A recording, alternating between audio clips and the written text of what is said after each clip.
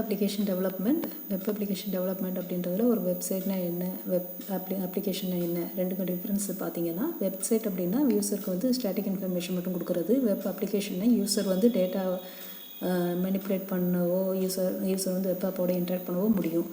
அதுக்கப்புறம் வந்து web application டெவலப்மெண்ட்டில் இருக்கிற ஸ்டெப்ஸை வந்து ஒரு 4 ஸ்டேஜுக்குள்ளே நம்ம வந்து கொண்டு வந்து அதை வந்து இப்போ ஒன் பை ஒன்னாக பார்க்க போகிறோம். அதில் ஃபஸ்ட்டு வந்து ஐடியேஷன் ஸ்டேஜ் அப்படின்றது.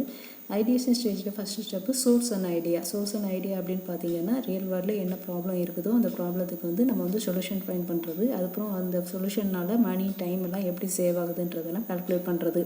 அடுத்து வந்து மார்க்கெட் ரிசர்ச் அப்படின்னு பார்க்குறப்ப மார்க்கெட்டில் வந்து ஏற்கனவே அந்த ப்ராடக்ட் இருக்குதா அப்படின்னு பார்க்கணும். மார்க்கெட்டில் ஏற்கனவே அந்த ப்ராடக்ட் இருந்துச்சுன்னா அதனுடைய காம்படிட்டர் ப்ராடக்டை நம்ம வந்து ரிலீஸ் பண்ணலாம். அப்படி இல்லை அப்படின்னா அந்த ப்ராடக்டோட மாஸ்டர் இன்னோவேட்டரை நம்ம வந்து இருப்போம். அதுக்கப்புறம் define your web apps functionality. நம்ம இதில் என்ன செய்கிறோம் அப்படின்னா, நம்மளுடைய மார்க்கெட்டில் இருக்கிற ப்ராப்ளம்ஸ்க்கு டார்கெட் ரீச் பண்ணுறதுக்கு நம்ம வந்து என்னென்ன ஃபங்க்ஷன்லாம் டிஃபைன் பண்ணுமோ அதில் டிஃபைன் பண்ணுறோம். இதெல்லாம் முடிஞ்ச பிறகு நம்ம வந்து டிசைன் ஸ்டேஜுக்குள்ளே போகிறோம். டிசைன் ஸ்டேஜில் ஃபஸ்ட்டு ஸ்டெப் வந்து ஸ்கெட்ச் ஒரு ஆப் அப்படின்னு பார்க்குறப்ப நம்மளுடைய வெப் ஆப் வந்து எதை பற்றினது, அதுக்கப்புறம் யார் எந்தெந்த யூஸர்லாம் இதை வந்து யூஸ் பண்ணுவாங்க, அதுக்கப்புறம் இது என்னென்ன ஃபீச்சர்ஸ்லாம் ப்ரொவைட் பண்ணுது, இதெல்லாம் நம்ம ஸ்கெட்ச் பண்ணுறோம். இதில் யூசர் இன்டர்ஃபேஸ் வந்து ரொம்ப எக்ஸாக்டாக நம்ம வந்து ஸ்கெட்ச் பண்ணணுன்ற அவசியம் இல்லை. இதுக்கு அடுத்த ஸ்டெப் வந்து plan your web apps work flow. இதில் நம்ம என்ன செய்கிறோம் அப்படின்னா, என்னென்ன வெப்பேஜஸ் அப்படின்றதெல்லாம் நம்ம வந்து இதில் தான் நம்ம பிளான் பண்ணுறோம். அதுக்கு வந்து நம்ம ஸ்டெப் 2க்குள்ளே போகணும். அதில் வந்து ஏற்கனவே பழைய ப்ராடக்ட்டை வந்து நம்ம வந்து அனலைஸ் பண்ணி அதில் என்ன குட் என்னென்ன பேட் அப்படின்றத பார்க்கணும். அதுக்கப்புறம் வந்து எப்படி ஒரு யூசர் சைன்இன் ஆகுறாங்க, லாகின் ஆகுறாங்க, பே பண்ணுறாங்க, சப்ஸ்கிரைப் பண்ணுறாங்க, இதெல்லாம் நம்ம அனலைஸ் பண்ணணும். இதனால் நம்ம வந்து நமக்கு தேவையான நிறைய வெப்பேஜஸை வந்து ஃபார்ம் பண்ணலாம். அதுக்கு இடைப்பட்ட ஒர்க் ஃப்ளோவையும் நம்ம வந்து எல்லாத்தையும் ஃபைண்ட் பண்ணி பிளான் பண்ணலாம். அதுக்கப்புறம் இதை வயர் ஃப்ரேமிங் பண்ணுறதுனா ஏற்கனவே பிளான் பண்ண அந்த வெப் ஆப்பை அதனுடைய ப்ளூ பிரிண்ட்டை இப்போ வந்து இந்த ஸ்டெப்பில் ரெடி பண்ணுறோம். அதுதான் வயர் ஃப்ரேம்னு சொல்கிறோம். அதோட ஒரு இன்ட்ராக்டிவ் டிஸ்பிளேவே நம்ம ஆட் பண்ணிட்டோம்னா அதை தான் நம்ம ப்ரோட்டோடைப்னு சொல்கிறோம். அடுத்து வந்து சீக் ஏர்லி வேலிடேஷன். இதில் வந்து என்ன செய்கிறோம் அப்படின்னா, நம்ம ரெடி பண்ண இந்த வயர் ஃப்ரேமை கிளையன்ட் சைடில் கொண்டு போய் அவங்களோட நீடோட அது மெட் ஆகுதா அப்படின்னு எல்லாத்தையும் செக் பண்ணி வேலிடேட் பண்ணணும். ஏதாவது கரெக்ஷன் இருந்ததுன்னு நம்ம அப்டேட் பண்ணிக்கணும்.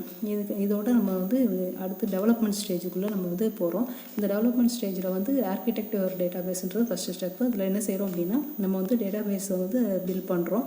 டேட்டாபேஸ் மேனேஜ்மெண்ட் சிஸ்டம்ஸ் இல்லை எஸ்கியூஎல் போன்ற லாங்குவேஜஸ் வந்து டேட்டா வந்து இப்போ ரொம்ப ரிலேஷனலாக இருந்தால் யூஸ் பண்ணலாம். அப்படி இல்லை அப்படின்னா ஜேசன் போன்ற டேட்டாபேஸஸ் வந்து யூஸ் பண்ணி நம்ம வந்து டேட்டாபேஸஸ் எல்லாம் டெவலப் பண்ணலாம். அதுக்கப்புறம் இதில் பில்டு ஃப்ரண்ட் எண்ட் அப்படின்றதில் பார்க்குறப்ப இந்த ஸ்டெப்பில் வந்து இது வந்து ஒரு விஷுவல் எலிமெண்ட். இந்த எலிமெண்ட்டை வந்து HTML CSS போன்ற லாங்குவேஜஸ் யூஸ் பண்ணி நம்ம டெவலப் பண்ணுறோம். இந்த கிளையன்ட் சைடில் ரன் ஆகக்கூடியது. அதுக்கப்புறம் நம்ம வந்து பேக் எண்ட் பில்ட் பண்ணுறோம். அந்த ஸ்டெப்பை வந்து என்ன செய்கிறோம் அப்படின்னா, நம்ம வந்து சர்வர் டேட்டாபேஸ் இதெல்லாம் மேனேஜ் இதில் உள்ள டேட்டாவெல்லாம் யூஸ் பண்ணி ரெஃபர் பண்ணி நம்ம வந்து அதை மேனேஜ் பண்ணுறது எல்லாமே பண்ணுறோம். இதுக்கான கோடிங்கை வந்து பைத்தான் IISP போன்ற லாங்குவேஜஸ் எல்லாம் யூஸ் பண்ணி நம்ம வந்து கோடிங் எழுதுகிறோம். அதுக்கப்புறம் இது வந்து சர்வர் சைடில் ரன் ஆகுறதுனால கிளையண்ட்டால் பார்க்க முடியாது. அதுக்கப்புறம் வந்து நம்ம வந்து டெஸ்டிங் ப்ராடக்ட்டு கிளையண்ட்டோட ப்ராடக்ட்னு ஒன் பை ஒன்னாக நம்ம ரிலீஸ் பண்ணுவோம். அதுக்கப்புறம் தான் எல்லாத்தையும் அப்டேஷனும் முடிஞ்ச பிறகு ஃபைனல் ப்ராடக்ட்டை நம்ம ரிலீஸ் பண்ணணும். இதுக்கு அடுத்து வந்து லான்ச் ஸ்டேஜுக்குள்ளே போகிறோம். லான்ச் ஸ்டேஜில் வந்து ஹோஸ்ட் யுவர் வெப் அப்படின்றது ஃபஸ்ட்டு. அதில் வந்து என்ன செய்கிறாங்கன்னா, நமக்கு வந்து ஒரு டொமைன் நேம் அசைன் பண்ணுவாங்க. அப்புறம் நமக்கு தேவையான ஸ்பேஸும் அலாட் பண்ணுவாங்க. இந்த ரெண்டையும் பண்ணிவிட்டு இதுக்கப்புறம் டிப்ளாய் யுவர் வெப் அப்படின்ற ஸ்டெப்புக்குள்ளே நம்ம போகிறோம். இதில் வந்து என்ன செய்கிறாங்கன்னா, ஹோஸ்ட் பண்ணப்பட்ட அந்த வெப் ஆப்பை வந்து நம்ம வந்து யூசர் யூஸ் பண்ணுற விதத்தில் ரிலீஸ் பண்ணப்படும்.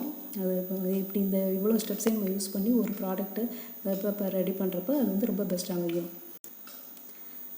Thank you students.